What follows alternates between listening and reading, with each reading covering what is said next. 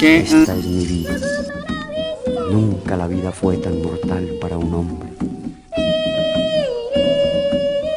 Yo pregunto sobre su tumba cavada en la montaña.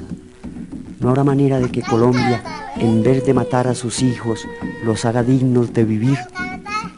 Si Colombia no puede responder a esta pregunta, entonces profetizo una desgracia. Desquite resucitará y la tierra se volverá a regar de sangre, dolor y lágrimas. ¡Ay, ay, por Dios! ¡Oh,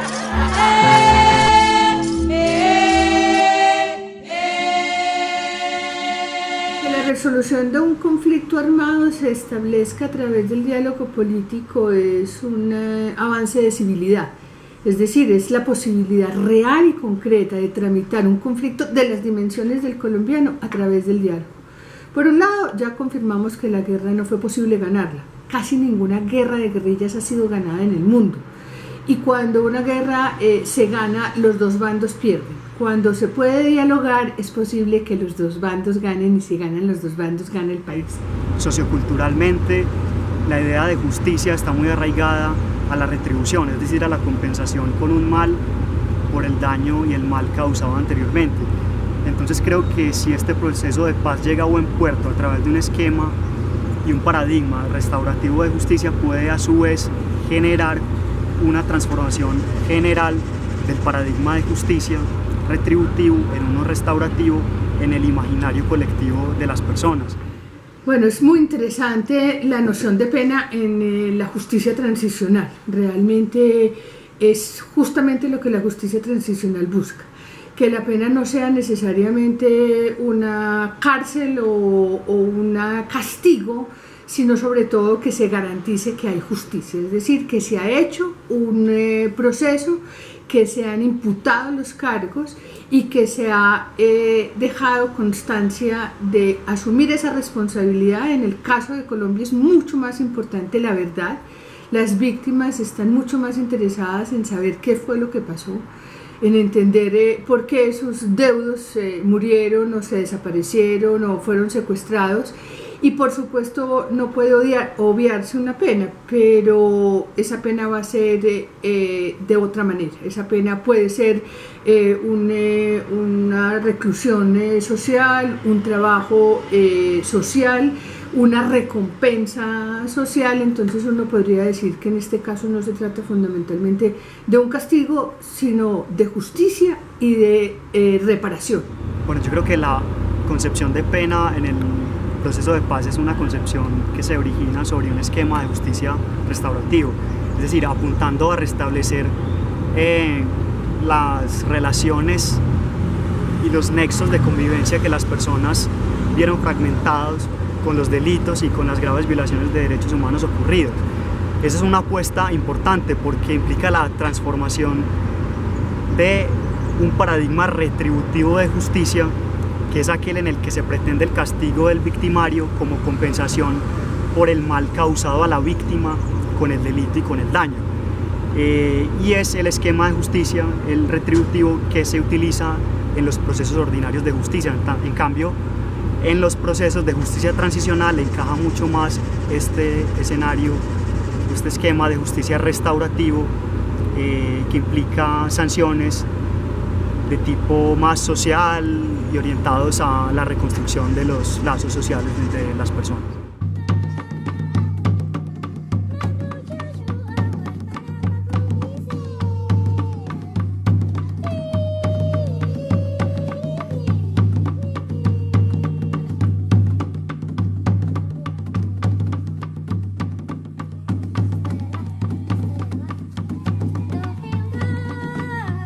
Cuando hablamos de cómo se debería cambiar la cultura política o los valores sociales, yo creo que esto no solamente, el posconflicto no es una respuesta de cada individuo, implica también que en un proceso de modernización social y político, básicamente el Estado, digamos, debe llegar a esos territorios para convertirse, digamos, en el regulador esencial de la vida social y política, el que impone, digamos, unas reglas que todas las personas, digamos, aceptan.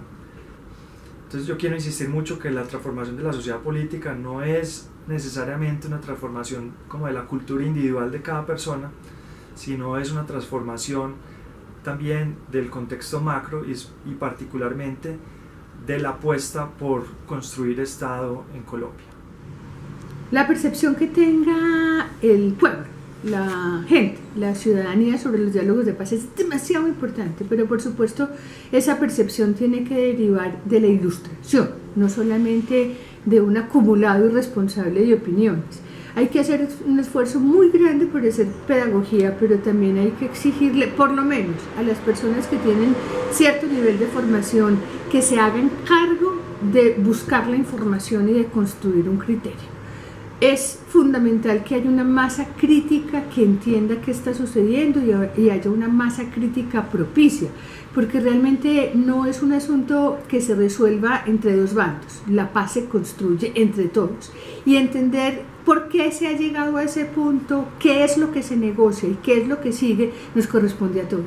La paz o lo que sigue de aquí en adelante, es decir, el futuro de la nación no puede pertenecerle a las FARC, ni puede ser una negociación que se haga solamente con un grupo armado, sino que replantea e interpela la manera como nos relacionamos en sociedad, el tipo de Estado que tenemos, el tipo de economía que hemos desarrollado, los paradigmas que nos han llevado a ser un Estado fundamentalmente excluyente y inequitativo. En el punto 2 hay unos grandes retos, especialmente alrededor de lo que es la participación política de las FARC.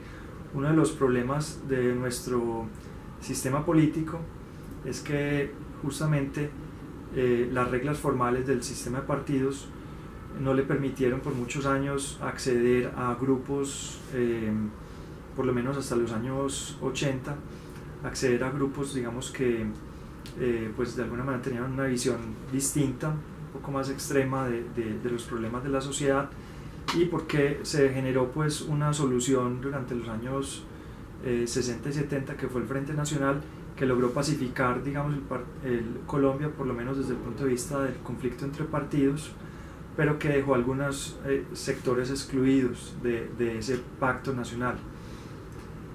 Y en ese sentido, justamente uno de los grandes retos es cómo darle cabida dentro de una política pluralista y competitiva a ese nuevo actor, digamos, que van a ser las FARC. Yo quiero me parece importante hacer una diferencia entre aceptar a las FARC como un actor válido dentro del sistema de partidos y válido como un competidor, y al mismo tiempo señalar que aceptarlo no implica creer en sus tesis o en sus propuestas. Son dos cosas absolutamente distintas. Nosotros podemos aceptar la validez de las FARC como un competidor dentro del sistema político colombiano sin tener que por ello comulgar con las ideas que promueven las FARC, con las cuales podemos estar perfectamente en desacuerdo. Segundo, creo que un punto muy importante es el de la refrendación de los acuerdos de paz, porque creo que debe, si bien no es necesario desde el punto de vista jurídico refrendarlos, creo que desde el punto de vista político sí, porque es lo que le va a dar la legitimidad de tipo político y social, incluso ético, a los acuerdos, para que puedan ser implementados con una favorabilidad mínima dentro de la población colombiana, y lo que pueda garantizar su eficacia posterior a un mediano y largo plazo.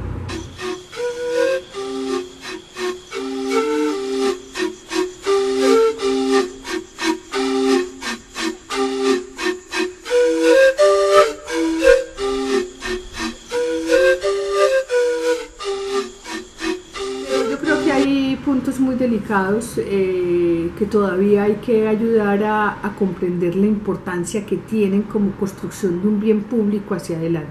Uno, que la tierra le pertenezca a la gente que la trabaja, que este no sea un país de terratenientes, que se legalice, se formalice la tenencia de la tierra, es un asunto fundamental. Este es un país donde más del 50% de la tierra no está formalizada, y eso no es un descuido, eso es un propósito.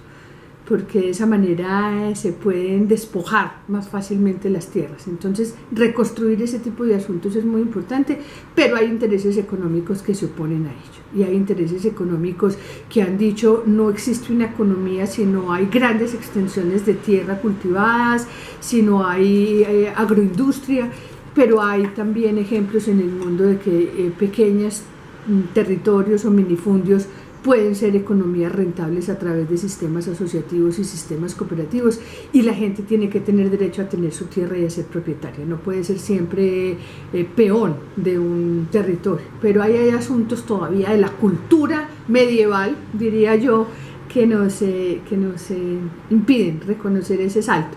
Lo segundo es, por supuesto, que un grupo que se ha alzado en armas y ha permanecido más de 50 años en la contienda no va a renunciar a su participación política. Este es un país que necesita abrirle espacio político a ese grupo armado, pero no solamente a ese grupo armado. Aquí se le ha negado la participación política legítima a todo lo que no signifiquen los partidos tradicionales. Eso deriva de una noción excluyente de este país que hasta la Constitución del 91 era para blancos, castellanos, católicos y liberales o conservadores. Muy poquitos países en el mundo no tienen una izquierda democrática o un socialismo siglo XXI. Aquí no ha podido prosperar porque todo el que habla en nombre del bien común es señalado de guerrillero. Esperamos que la diferencia prospere y que la diferencia nos enriquezca en todos los asuntos, no solamente en el asunto político. Yo creo que esos son los dos puntos más complejos, porque el asunto de las víctimas está bastante bien resuelto. El compromiso con la verdad, la justicia y la reparación es histórico. No hay ningún país del mundo que tenga un compromiso a ese nivel de profundidad y de complejidad, así sea difícil de implementarlo y llevarlo a cabo. El asunto de las drogas es un asunto que ya el mundo tiene un consenso importante en que no puede ser contra los cultivadores, no puede ser contra la base del narcotráfico, sino que tiene que ser manejado como un delito internacional, como un asunto que combate las redes en el punto más alto, y que tiene que ser tratado también como un asunto de salud pública. Ahora lo que toca es ver cómo se reintegran estos sujetos en el territorio, en sus propios territorios, se les respeta la vida y se les respeta su participación en sociedad y en política. No va a ser fácil porque lo fundamental es que somos una cultura excluyente. Entonces aquí lo que hay que hacer en esencia es una transformación cultural, entender que hay que modificar los paradigmas que son los que nos han traído hasta acá.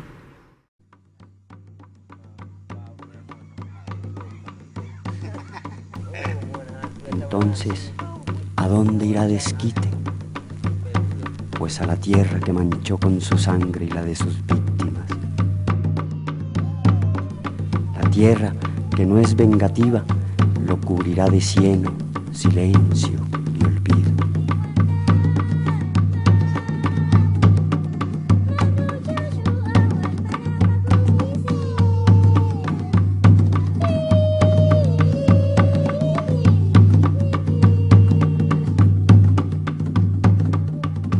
Los campesinos y los pájaros podrán ahora dormir sin zozobra. El hombre que erraba por las montañas como un condenado ya no existe.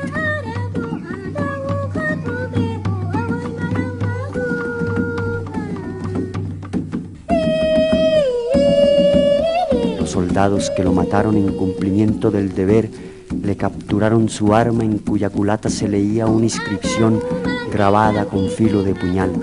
Solo decía: esta es mi vida.